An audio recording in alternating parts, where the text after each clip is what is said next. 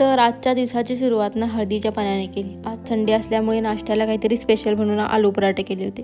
आता त्याच्यासोबत कितीही चटण्या दही असलं तरी मला तरी टोमॅटो केचपसोबतच आवडतो पराठा. त्याच्यानंतर संडे म्हटलं की आपला साफसफाईचा दिवससुद्धा असतो, त्यामुळे सोफा दिवाणाचे बेडशीट वगैरे ना बदलून घेतल्या. आणि पाठीमागे सुद्धा ना चुलीकडे खूपच कचरा झालेला, मग ते साफ करून घेतलं आणि राखसुद्धा भरून घेतली. आणि आता बघा किती स्वच्छ दिसते. सगळी कामं आवरली आणि एक झोप काढली. आणि हा तर दिवसभर नेहमी झोपलेलाच असतो. आणि ही आमची डॉगीज बाई आता खूपच ॲक्टिव्ह झालेत. बघा कशी पॅन्ट धरली. त्याच्यासोबत थोडा वेळ टाईमपास केला.